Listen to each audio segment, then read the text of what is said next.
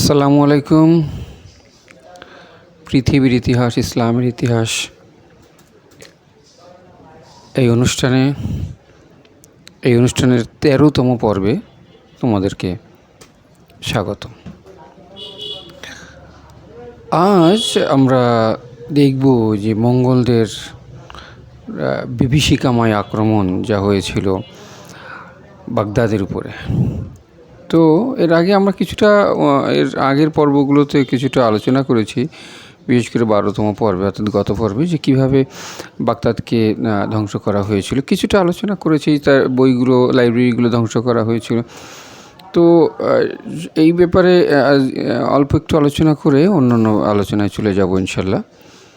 মঙ্গলদের অন্যান্য আক্রমণ বা ইসলামকে ধ্বংসের হাত থেকে কীভাবে রুকনুদ্দিন বাইবার্স রক্ষা করেছিল ইত্যাদি ইত্যাদি। তো বিষয়টা হলো হালাকু খাঁ। এটা চেঙ্গিস খানের নাতি, চেঙ্গিস খানের বড় ছেলে, যার নাম মনে করতে পারছিলাম না, মনে পড়েছে বারকে খানের বাবা জচি খান। যাই হোক, জচি খানের দুই ছেলে বাটু খান এবং বারকে খান। তো এটা হলো জচি খানের ছেলে, আর হালাকু খান ছিল অন্য আর একটা ছেলে। তো যাই হোক, হালাকু খানের পরে যে দায়িত্বটা অর্পণ হয়েছিল, সে এক বিশাল বাহিনী নিয়ে প্রথমে বুসরা অবরোধ করে, বুসরা ধ্বংস করে দেয় নৃশংসভাবে। কিন্তু বিপত্তিবাদে বাগদাদ ধ্বংসের সময় যে ঘটনাটা ঘটে, বাগদাদের দেওয়ালটা অর্থাৎ বাউন্ডারি ওয়ালটা খুব শক্তিশালী ছিল, যার ফলে সহজে এটা আয়ত্ত করতে পারছিল না। তাদের যে বারুদ ছিল বা অন্যান্য যে সমস্ত যুদ্ধের অস্ত্র ছিল, তা দিয়েও খুব সহজে এটা করতে পারছিল না। পরে কিছুটা প্রতারণার আশ্রয় নিল। এই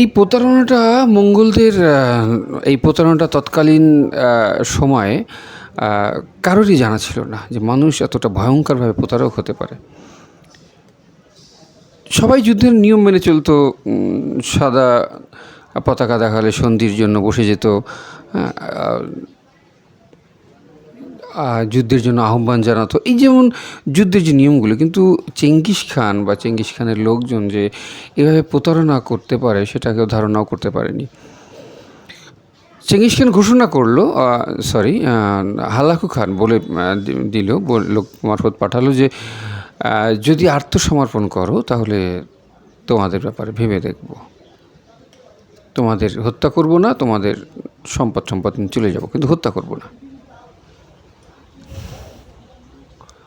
এই কথাটা বিশ্বাস করলো বাগদাদের লোকেরা। তারা 50,000 সৈন্যের একটা প্রশিক্ষিত অর্থাৎ খুব শক্তিশালী যে বাহিনী ছিল, আর সেই বাহিনী দিয়ে তাদের সঙ্গে একটা সামরিক চুক্তি করার জন্য পাঠালো। প্রায় 50,000 সৈন্য বা তারও বেশি হতে পারে, সবথেকে প্রশিক্ষিত যে সৈন্যবাহিনী ছিল। তো তারা ইসের জন্য গেল, সন্ধির জন্য গেল বা আত্মসমর্পণের জন্য গেল। তো আত্মসমর্পণের জন্য যেটা করে সেটা হলো প্রথমে অস্ত্র নিয়ে নেবে। তো ঠিক আছে, অস্ত্র নিয়ে নিল। অস্ত্র নিয়ে আলোচনায় বসতে হবে। তো ভেবেছে এটা ঠিক, কারণ অস্ত্র সঙ্গে নিয়ে আলোচনা করলে হয়তো ঝামেলা হতে পারে বা তারা মানতে চাচ্ছে না। তো ঠিক আছে, অস্ত্র জমা দিয়ে আলোচনায় বসছে। এই যে অস্ত্র জমা দিয়ে আলোচনায় বসেছে, যে 50,000 সৈন্য,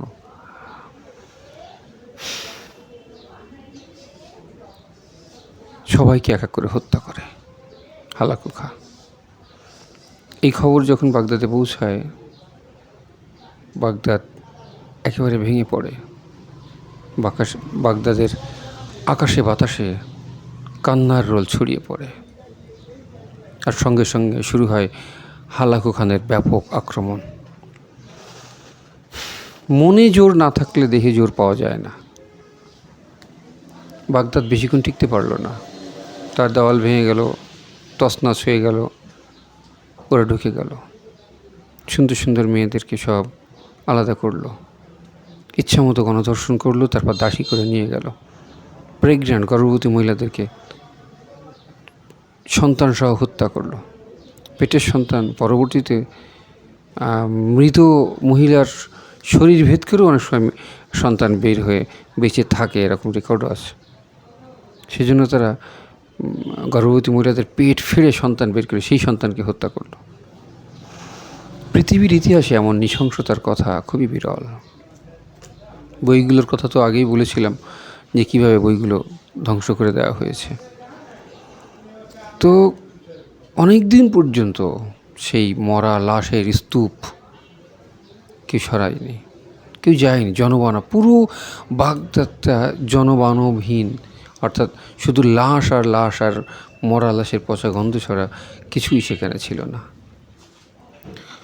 তো যাই হোক, এমনই নৃশংস ছিল এই চেঙ্গিস খানের বাহিনী। একবার চেঙ্গিস খানের জামাইকে কোনো একটা জায়গায় আক্রমণ করে হত্যা করা হয়। তো চেঙ্গিস খান সেখানে আদেশ করলো যে ওখানে কিছুই রাখবা না, কিচ্ছু না। তো ওরা যেটা করলো, ওটা মানুষকে তো হত্যা করলো, যে প্রাণীগুলো ছিল গরু ছাগল তাদেরকেও হত্যা করলো, একটা রাস্তার কুকুরকে পর্যন্ত হত্যা করলো, গাছগুলোকে জ্বালিয়ে দিল। এই ছিল চেঙ্গিস খানের বাহিনীর বর্বরতা। যাই হোক, এই আব্বাসীয় খিলাফতের এই নির্মমতম হত্যাকাণ্ড, অর্থাৎ যে তারা এই আব্বাসীয় খিলাফতকে তারা এইভাবে ধ্বংস করে দিল, কাউকে বাঁচিয়ে রাখলো না। আর কেউ কেউ কেউ পালিয়ে যেতে সক্ষম হয়েছিল, সে কথা আলাদা। সেখানে হাজার হাজার লক্ষ লক্ষ লোক ছিল, তার মধ্যে কয়েকশো লোক যদি পালিয়ে যায় সেটা আসলে ধরার মধ্যে নয়। তো সে আব্বাসীয় খিলাফতের যে কয়েকজন লোক পালিয়ে গিয়েছিল, পরবর্তীতে তারা খিলাফতকে ধরে রাখার চেষ্টা করে। যাই হোক, সে আলোচনা পরে করব। এখানে একটা জিনিস না বললে না, সেটা হলো ছেলেদের মধ্যে ভাগ হয়ে যায়। চেঙ্গিস খানের মৃত্যুর পরে ছেলেদের মধ্যে ভাগ হয়ে যায়। গোল্ডেন হর্ন, এটা হলো রাশিয়া, সাইবেরিয়া, এই ঠান্ডা শীতল তাজিকিস্তান, কাজাকিস্তান, এই শীতল অঞ্চলটা অপেক্ষাকৃত একটু অনুর্বর। তো যাই হোক, এই অঞ্চলটাকে বড় ছেলে, যেহেতু চেঙ্গিস খান বড় ছেলেকে খুব একটা পছন্দ করতেন না, আর বাবার অনেক সিদ্ধান্ত বড় ছেলে ঠিকমতো মেনেও নিতেন না, পছন্দ করতেন না। কারণ ওই যে বর্তি, চেঙ্গিস খানের স্ত্রী, লোকেরা বলতো যে তোমার ছেলে, এই বর্তির এই ছেলে, বর্তি তো বন্দী ছিল শত্রুদের কাছে, এটা হয়তো তোমার সন্তান না, শত্রুদের সন্তান, এরকম কিছু বলার কারণে, যে কোনো কারণে বর্তিকে অস্বীকার করেনি, বড় ছেলেকে অস্বীকার করেনি, কিন্তু মনে তার কষ্ট থেকে গিয়েছিল। এবং পরবর্তী পর্যায়ে বিভিন্ন কাজে বড় ছেলে অতটা বাবার সব নিষ্ঠুরতায় সায় দেয়নি বিধায় বড় ছেলেকে সে অনেক দূরে, সব থেকে দূরে পাঠিয়ে দেয়, অর্থাৎ সেই গোল্ডেন হর্ন, যেটা সবচেয়ে দূরের যে জায়গাটা, সেখানে পাঠিয়ে দেয়। জুচি খান মারা যায়। জুচি খান মারা যাওয়ার পর তার ছেলে বাটু খান, সেও মারা যায়, কিন্তু বার্কে খান বেঁচে থাকে। এই বার্কে খান যখন জানতে পারে যে তার আমির, অর্থাৎ খলিফা, বাগদাদের খলিফা, আব্বাসীয় খলিফাকে এইভাবে নির্মমভাবে হত্যা করেছে, তার বংশ নির্বংশ করে দিয়েছে, বার্কে খান মনে খুব কষ্ট পেলেন। কারণ বার্কে খান একজন খুব মুমিন মুসলমান ছিলেন। উনি এতটাই কষ্ট পেলেন যে ভেঙে পড়ার মতো অবস্থা হলো তার। বার্কে খান শপথ নিলেন, যতদিন বেঁচে থাকব আমি এই হত্যার প্রতিশোধ না নিয়ে মৃত্যুবরণ করব না। হে আল্লাহ, আপনি হাশরের ময়দানে বার্কে খানের দোষ ত্রুটি মাফ করে দিয়ে বার্কে খানকে জান্নাতুল ফেরদৌস নসিব করে দিন মালিক, আমিন। শুধু শপথের মধ্যেই সীমাবদ্ধ ছিল না বার্কে খান। বার্কে খান পরবর্তী পর্যায়ে যা করেছে, তা শুধু ইসলামকেই রক্ষা করেনি, মঙ্গলদেরকে ধ্বংস করে দিয়েছে। মঙ্গলদের ধ্বংস সবচেয়ে বড় ভূমিকা পালন করেছে বার্কে খান, আর ইসলামকেও রক্ষা করেছে বার্কে খান। দেখি কিভাবে। তো পরবর্তী পর্যায়ে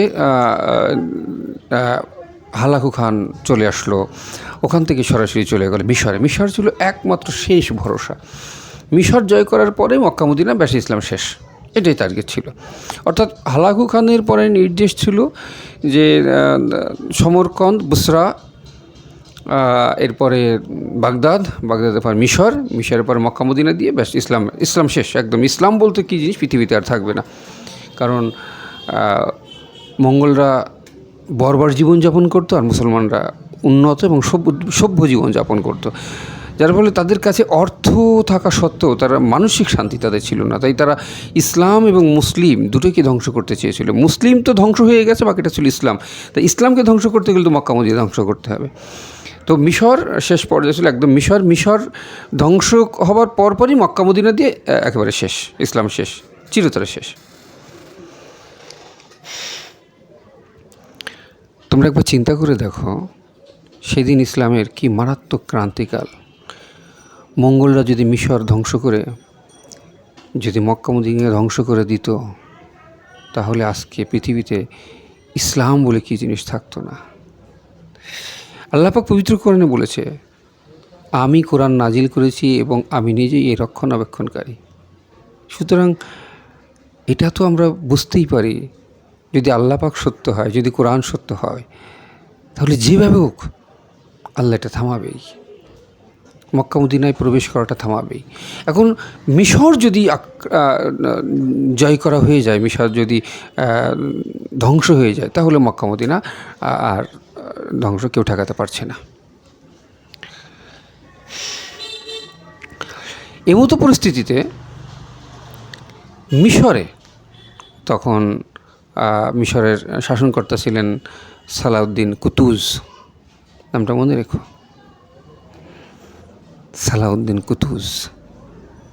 পৃথিবীর ইতিহাসে যাদের নাম স্বর্ণাক্ষরে লেখা থাকবে, ইসলামের ইতিহাসে যাদের নাম স্বর্ণাক্ষরে লেখা থাকবে, তাদের মধ্যে অন্যতম নাম হলো সালাউদ্দিন কুতুজ। যেমন একটু আগে বলেছিলাম বারকে খান, আরও একটা নাম আছে রুকনুদ্দিন বাইবার্স। আমি তার কথা পরিচয়টা পরে দিচ্ছি। তো এই সালাউদ্দিন কুতুজ মিশরের মামলুক সুলতান ছিল। মিশরের অনেক ইতিহাস একটা সময় সুযোগ পেলে সেটা পড়ে নিও, মানে দাসদের ইতিহাস। এরা খুবই শক্তিশালী ছিল, শারীরিকভাবে অনেক স্ট্রং ছিল এই সালাউদ্দিন কুতুজ বা মামলুক যারা। তো এই মামলুকদের মধ্যে রুকনুদ্দিন বাইবার্সও ছিল, যে সালাউদ্দিন কুতুজের সঙ্গে একটু দ্বিধাদ্বন্দ্বের কারণে সে মিশর ছেড়ে চলে গিয়েছিল। সেও খুব বড় মাপের সেনাপতি ছিল। তো সালাউদ্দিন কুতুজের সঙ্গে দ্বন্দ্বের কারণে রুকনুদ্দিন বাইবার্স দূরে থাকলেও, যখন সালাউদ্দিন কুতুজ তাকে খবর দিল যে আমরা মঙ্গল দ্বারা আক্রান্ত, ইসলামকে বাঁচাতে হলে, যদি ইসলামকে বাঁচাতে চাও, কারণ আজ মিশর যদি ধ্বংস হয়ে যায়, মক্কা মদিনার ধ্বংস ঠেকানো সম্ভব নয়, কারণ মক্কা মদিনা আমাদের মতো কোনো শাসক নাই, একদম শেষ। সুতরাং মক্কা মদিনাকে বাঁচাতে হলে তোমাকে রাগ অভিমান ভুলে আমার সঙ্গে যোগ দিতে হবে। মহান হৃদয়ের অধিকারী রুকনুদ্দিন বাইবার্স কাল বিলম্ব না করে সমস্ত রাগ অভিমান ভুলে গিয়ে সালাউদ্দিন কুতুজের সঙ্গে যোগ দিলেন।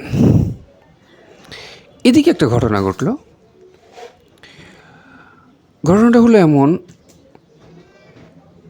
বিশাল সৈন্যবাহিনী, অর্থাৎ সর্বসাকুল্যে মিশরের 50,000 হয়তো হবে না সৈন্য, সর্বসাকুল্যে ধরে নিলাম 50-60,000 সর্বোচ্চ সৈন্য মিশরের।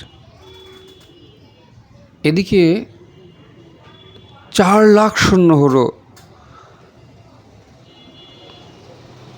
হালাকু খানের, 4 লাখ, আর দিকে 50,000। তো বুঝতে পারছো, নিশ্চিত পরাজয় এখানে। তো হালাকু খান একজন প্রতিনিধি পাঠালো সালাউদ্দিন কুতুজের কাছে। যেমন দাম্ভিকতা করে সব জায়গায়, এখানেও দাম্ভিকতা। সালাউদ্দিন কুতুজের ওখানে মঙ্গল সেনাপতি আসলো, চেয়ারের উপর পা তুলে, টেবিলের উপর পা তুলে, মানে যেভাবে দাম্ভিকতা করে ওরা সব জায়গায়। বলছে তোমরা যদি পালাতে চাও তো পালাতে পারবে না, কারণ তোমরা দেখেছো আমরা পালাতে দিই না। তো হয় তোমরা আত্মসমর্পণ করো, আর তা না হলে মৃত্যুর জন্য প্রস্তুত থাকো, তবে পালাবার চিন্তা করো না, পালাতে পারবে না। আমি তোমাদেরকে অস্ত্র জমা রেখে আত্মসমর্পণের জন্য আহ্বান জানাচ্ছি। এরকম দাম্ভিকতাপূর্ণ অনেক কথাবার্তা। সালাউদ্দিন কুতুজ সে ছিল অত্যন্ত শক্তিশালী ইমানের অধিকারী একজন ব্যক্তি। হে আল্লাহ, সালাউদ্দিন কুতুজ এবং রুকনুদ্দিন বাইবার্স, বারকে খান, হাসরের ময়দানে এদের দোষটি মাফ করে এদেরকে জান্নাতুল ফেরদৌস নসিব করেন মালিক, আমিন। তো সালাউদ্দিন কুতুজ অনেকক্ষণ ধরে সহ্য করলেন তার এই দমভক্তি, তার এই বেয়াদবি আচরণ। সালাউদ্দিন কুতুজ শুধু বললেন, বাগদাদের লোকেরাও আত্মসমর্পণ করেছিল, তোমরা কী করেছিলে তার সঙ্গে? এই যখন বলেছে, সেই প্রতিনিধি, মঙ্গল দূত খুব উত্তেজিত হয়ে তার দিকে তেড়ে যায়। যখনই তার দিকে তেড়ে গেছে, তরবারি বের করে এক কোপ দিয়ে মঙ্গল দূতের মাথা কেটে ফেলেছে। সুবহানাল্লাহ, কি সাংঘাতিক ব্যাপার! সভাসদরা ভয়ে আতঙ্কে চোখ ছানা বড়ায়। এ কী করলো সালাউদ্দিন কুতুজ? এ কী করলো? সালাউদ্দিন কুতুব সবাইকে বললেন, আচ্ছা, আমি যদি এর মাথা না কাটতাম আমরা কি বাঁচতে পারতাম? এর মাথা কাটা আর না কাটা তো একই কথা। আমাদের তো সে যুদ্ধ করেই মরতে হবে। আর মক্কা মদিনা, সেটা তো আল্লাহ পাকের সম্পত্তি। আমরা শুধু এটুক করতে পারি যে মক্কা মদিনা রক্ষা করবার জন্য প্রাণ উৎসর্গ করে যুদ্ধ করতে পারি। হাসরের ময়দানে যদি যেন বলতে পারি, হে আল্লাহ, মক্কা মদিনা রক্ষা করবার জন্য প্রাণ দিয়েছি। আপনারা এদের কাছ থেকে কী আশা করেন? যে এরা আপনাদেরকে আত্মসমর্পণের কথা বলে নিয়ে যে ভালো আচরণ করবে? বাগদাদে কী হয়েছে দেখেননি? সভাসদরা সব চুপ। সালাউদ্দিন কুতুজ বলল, যুদ্ধ অনিবার্য। যতক্ষণ প্রাণ আছে যুদ্ধ করে মরব। প্রত্যেকে যুদ্ধের প্রশিক্ষণ নিতে বলেন। নারী, পুরুষ, কিশোর, যুবক প্রত্যেকে অস্ত্র ধরবে। কারণ ওদের হাতে নির্মমভাবে মরার থেকে, আমাদের মেয়েদের, মায়েদের গণধর্ষণের থেকে আমরা যুদ্ধ করে মরব। সবাই বলল, এক স্বরে বলল, তুমি ঠিক বলেছো, তুমি ঠিক বলেছো, তুমি ঠিক বলেছো। ব্যাপক যুদ্ধ প্রস্তুতি শুরু হলো। এবং আসলে এটা যুদ্ধ প্রস্তুতি না, মৃত্যু প্রস্তুতি, শহীদ হবার প্রস্তুতি শুরু হলো। সবাই মনে মনে প্ল্যান করে ফেললো, এটা আমাদের মৃত্যুর আগে আমরা শহীদ হতে যাচ্ছি। সেইভাবে নামাজ কালাম পড়া, রোজা রাখা, আল্লাহ পাকের কাছ থেকে যেভাবে বিদায় নেওয়ার দরকার হয় সেইভাবে যেভাবে পেরেছে আল্লাহ পাকের কাছ থেকে বিদায় নিয়েছে এবং তার অপরাধের জন্য ক্ষমা চেয়েছে। যদি কেউ কারো কাছে পাওনা থাকে, পাওনা মিটিয়ে দিয়েছে। অর্থাৎ সবাই শহীদ হবার জন্য রেডি হয়ে গেছে এখানে। এবং সবাই মনে বল ফিরে পেয়েছে, আমরা সবাই একসঙ্গে শহীদ হতে চলেছি, কারণ মঙ্গল দূতের মাথা কাটা হয়ে গেছে। কথায় বলে, উস্তাদের মার শেষ রাতে আল্লাহর হিসাব আর মানুষের হিসাব মেলে না। হালাকু খানের চাচা তখন ক্ষমতায় ছিল, মানে মূল ক্ষমতায়। এটা একটু না বললে নয়। সেটা হলো মঙ্গলদের যে বিষয়টা ছিল তৎকালীন সময়, চিঙ্গিস খান মারা যাওয়ার পরে তার বিশাল সেই সাম্রাজ্য মোট 4 ভাগে ভাগ হয়। তার মধ্যে বড় ছিল জেসি খান পায়, গোল্ডেন হর্ন, যেটা আগেও বলেছি। এছাড়া অন্যান্য যে আরও 3টা ভাগ ছিল। কিন্তু এই 4 ভাগের মধ্যে, অর্থাৎ 4 জনের ভিতর একজন হন প্রধান। সেই একজনের কথা বাকি 3 জন মেনে চলে। তো বড় ছেলেকে কখনো প্রধান করা হয় নাই, বা তিনি হননি। কিন্তু তার যথেষ্ট যোগ্যতা ছিল। তার ছেলে বাটু খানেরও ছিল, বার্কি খানেরও ছিল। যখন হালাকু খা এই অভিযানে ছিল, ঠিক তখনই তার চাচা, যিনি শাসন ক্ষমতায় ছিলেন, মূল শাসন ক্ষমতায় ছিলেন, প্রধান ছিলেন, তিনি মারা যান। চাচার নামটা তো মনে পড়ছে না, যাই হোক। তো হালাকু খান যেহেতু সে যুদ্ধে জয় পেয়েছে, সমরকন্দ, বুসরা, বাগদাদ, এবং প্রচুর পরিমাণে সে অর্থ সম্পদ তার কাছে রয়েছে এবং প্রচুর সৈন্যও তার কাছে রয়েছে, সে করলো কি, সে এটাকে কোনো গুরুত্বই দিল না যে এই মিশর জয় করার কোনো ব্যাপার না। এদিকে যে মিশর জয় করার কোনো ব্যাপার না, কারণ বিষয়টা হলো এমন যে তারা জানতো যে মিশরের আসলে তেমন বেশি শক্তি নাই। 50,000-এর মতো কি মতান্তর, সম্ভবত 1 লাখের মতো কি 50,000-এর মতো সৈন্য রেখে সে বাকি সমস্ত সৈন্য নিয়ে চলে গেল সেই নির্বাচনে যোগ দিতে। অর্থাৎ শাসকের যে নির্বাচন, সে মূল শাসক হতে চায়। যেহেতু সে সফল হয়েছে যুদ্ধে, সেখানে সে চলে গেল।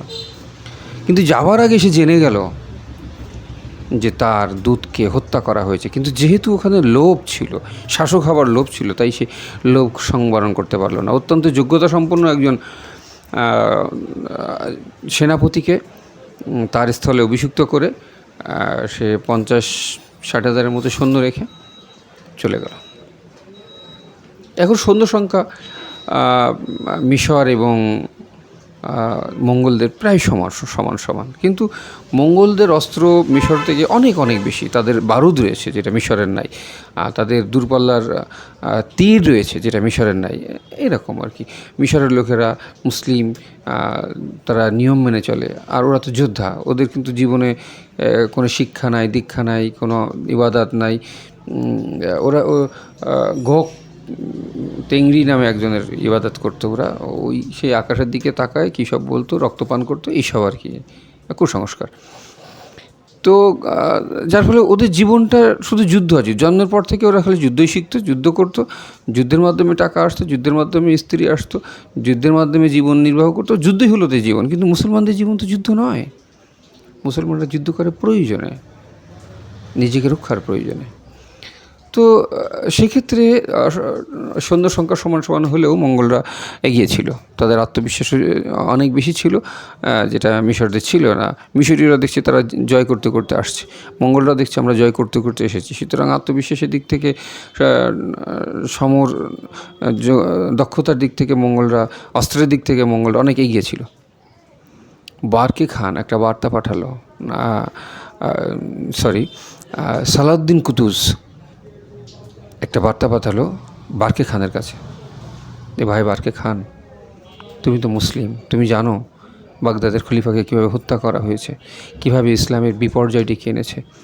ভাই, আজকে যদি মিশর হেরে যায় তাহলে মক্কা মদিনার অস্তিত্ব বিলীন হওয়ার মতো হয়ে যাবে। ভাই, যেভাবে হোক সাহায্য করো। বারকে খান চিঠি লিখে পাঠালেন সালাউদ্দিন কুতুজকে, ভাই সালাউদ্দিন কুতুজ, তুমি নিশ্চিত থাকো এই বারকে খানের শরীরে এক বিন্দু রক্ত থাকতে হালাকু খান আর মিশরে পৌঁছাতে পারবে না। হালাকু খান যখনই বাড়ি থেকে রওনা দেবে আমি তাকে বাধা দেব, মিশরে হালাকু খান পৌঁছাতে পারবে না, তুমি ওই দিকটা দেখো, এদিকটা আমি দেখছি। বারকে খান তার কথা অক্ষরে অক্ষরে দেখেছিল, যেহেতু হালাকু খান রাগান্বিত হয়ে গিয়েছিল, তার যে দূত, তার দূতের মাথা কেটে ফেলেছিল সালাউদ্দিন কুতুজ, কিন্তু উপায় ছিল না ফিরে না যেয়ে, কারণ সেখানে নির্বাচনের লড়াই ছিল, প্রধান শাসক হবার যে লড়াই ছিল, সেই জন্য তাকে যেতে হয়েছিল এবং মূল সৈন্যবাহিনী নিয়ে তাকে ফিরে যেতে হয়েছিল। পরবর্তী পর্যায়ে সেই নির্বাচনটা একটু বিলম্বিত হয়, কারণ সেখানে অনেক প্রার্থী ছিল। তো এই যে নির্বাচনটা বিলম্বিত হওয়ার মধ্যেই যুদ্ধটা শুরু হয়ে যায়। এই যুদ্ধের নাম ছিল আইন জালুতের যুদ্ধ, পৃথিবীর অন্যতম শ্রেষ্ঠ একটা। এই যুদ্ধের মাধ্যমে মঙ্গলরা সর্বপ্রথম পরাজয় স্বাদ পায়। মঙ্গল বলতে তখন এমন একটা বিভীষিকা ছিল, এত ভয় ছিল মানুষের মধ্যে। কোনো একটা বাজারে একটা নিরস্ত্র, যার কাছে কোনো অস্ত্র নাই, একটা মঙ্গল সৈন্য যদি বলে যে মঙ্গলরা আসছে, তার কাছে কোনো অস্ত্র নাই, শুধু বলবে যে মঙ্গলরা আসছে, পুরো বাজার শূন্য হয়ে যাবে। কিন্তু ওই বাজারের সমস্ত লোক মিলে কিন্তু তাকে মেরে ফেলতে পারত, বা 10 জনে মেরে ফেলতে পারত। কিন্তু শুধু মঙ্গল ড্রেস পরে একটা বাজারে যে বলবে মঙ্গলরা আসছে, বাজার শূন্য, এত ভয় ছিল মানুষের মনে। তো আইন জালুতের যুদ্ধে যেটা হলো, সালাউদ্দিন কুতুজ এবং রুকনুদ্দিন বাইবার্স সহ যে সমস্ত যোদ্ধা নেমেছিল, তারা তো বললামই আল্লাহ পাকের কাছ থেকে বিদায় নিল, সবার কাছ থেকে বিদায় নিল, দেনা পরিশোধ করে দিল, যে তারা শহীদ হতে চলেছে। তারা সেই যুদ্ধের ময়দানে এত মারাত্মকভাবে যুদ্ধ করতে লাগলো, আল্লাহ পাকের বিশেষ রহমতে মঙ্গল বাহিনী এমন আক্রমণের শিকার হয়তো তাদের জীবনে কখনোই হয় নাই। এছাড়াও এই আইন জালুতের যুদ্ধে তোমরা শুনে অবাক হয়ে যাবে, আইন জালুতে ছিল প্যালেস্টাইন অঞ্চল, আজকে যে ফিলিস্তিন, এই ফিলিস্তিনেই এই যুদ্ধটা হয়। তো এই আইন জালুতের এই যুদ্ধে ঠিক মঙ্গল টেকনিকই এরা অ্যাপ্লাই করে, অর্থাৎ যেমন মঙ্গলরা পলায়নের ভান করে ওই মূল সৈন্যবাহিনী অর্থাৎ শত্রুদের সৈন্যবাহিনীকে এমন একটা জায়গায় নিয়ে যায় যেখান থেকে তারা আর ফিরে আসতে পারে না। তো ঠিক সালাউদ্দিন কুতুব ওই প্ল্যানটাই নিল, সে ওই মঙ্গলদের ওই টেকনিকে, আসলে যুদ্ধের ময়দানে আল্লাহ পাক হয়তো মঙ্গলদের মস্তিষ্ককে এমনভাবে ডাইভার্ট করে দিয়েছিল, এটা ধরতেই পারেনি তারা। তো তারা এই সালাউদ্দিন কুতুবের এই ফাঁদে পা দিল এবং রুকনুদ্দিন বাইবার্স সেদিন এমন বীভৎসভাবে যুদ্ধ করেছিল যে সালাউদ্দিন বাইবার্স তার সমস্ত রাগ ক্ষোভ ভুলে গেতাকে বুকে জড়িয়ে ধরেছিল রুকনুদ্দিন বাইবার্স। তো পৃথিবীর ইতিহাসে এই দুই মহাবীরের নাম স্বর্ণের অক্ষরে লেখা থাকবে, রুকনুদ্দিন বাইবার্স এবং সালাউদ্দিন কুতুজ, আর অন্যদিকে বারকে খান। ওই যুদ্ধে জয়লাভ করে মুসলমানরা এবং এমনভাবে জয়লাভ করে যে মঙ্গলদের একটা সৈন্যকে তারা বাঁচতে দেয়নি। কিছু সৈন্য পালিয়ে গিয়েছিল, অনেক দূর পর্যন্ত তাদেরকে ধাওয়া করে সেখানে তাদেরকে হত্যা করেছে। মানুষের ঘরে ঘরে তারা পৌঁছে দিয়েছে যে মঙ্গলরা হেরে গেছে, মানুষের ভয় এবং ভীতি যেন কেটে যায়। তো এই যুদ্ধ ছিল পৃথিবীর ইতিহাসে অন্যতম শ্রেষ্ঠ যুদ্ধ। এই যুদ্ধের মধ্য দিয়ে মক্কা মদিনা মহাবিপদের হাত থেকে রক্ষা পায়, ইসলাম রক্ষা পায়। এবং এরপরে যখন হালাকু খানের কাছে এই সংবাদ পৌঁছে যায় যে মঙ্গল সৈন্যকে মারাত্মকভাবে হত্যা করা হয়েছে, বীভৎসভাবে তাদেরকে হত্যা করা হয়েছে, যুদ্ধে হেরে গেছে তারা, হালাকু খান ওখান থেকে তার বিশাল সৈন্যবাহিনী নিয়ে রওনা দেয় এই প্রতিশোধ নেওয়ার জন্য, তো মিশরকে ধ্বংস করবার জন্য। কিন্তু বারকে খান যে তার জন্য অপেক্ষা করে বসে রয়েছে বিশাল সৈন্যবাহিনী নিয়ে, এটা সে জানতো না। সে যখন জানতে পারলো যে বারকে খান তার প্রতিদ্বন্দ্বী হয়ে বসে রয়েছে, তখন সে বারকে খানের কাছে জানতে চাইল, বারকে খান তুমি আমার পথ থেকে সরে যাও, আমার উদ্দেশ্য হাসিল করতে দাও। বারকে খান বলল, তুমি আমার আমিরুল মোমিনিনকে হত্যা করেছ, তুমি আমার খলিফাকে হত্যা করেছ, আমি কসম করে বলছি এর প্রতিশোধ না নেওয়া পর্যন্ত আমার রাগ ক্ষোভ মিটবে না। এমন বীভৎস যুদ্ধ শুরু হলো যে আকাশ বাতাস বিদারী, সে ভয়ঙ্কর, অর্থাৎ বাঘের সিংহে যেমন লড়াই হয়, এই লড়াই বারকে খান জিতে গেল, হালাকু খান হেরে গেল। তো বারকে খান তার সৈন্যদের ডেকে বলেছিল, দেখো সৈন্যরা, আজকে যদি মঙ্গল যুদ্ধ না করতো তাহলে পুরো পৃথিবীটাই হয়তো মঙ্গলরা অধীনে চলে আসতো। তো যাই হোক, হালাকু খান ফিরে যেতে বাধ্য হয়। এরপর বেশি দিন আর হালাকু খান বাঁচে নাই। হালাকু খান আর কোনো দিন তার প্রতিশোধ নিতে পারে নাই যে তার মঙ্গল সৈন্যকে দূতকে যে হত্যা করেছিল সালাউদ্দিন কুতুজ, আর কোনো দিন প্রতিশোধ দিতে পারেনি, বেশি দিন বাঁচে নাই। আর এরপরে বারকে খানও আর বেশি দিন বাঁচে নাই।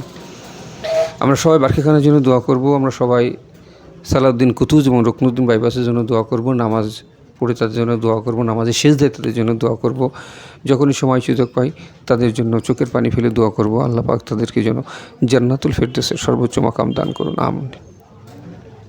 তো যাই হোক,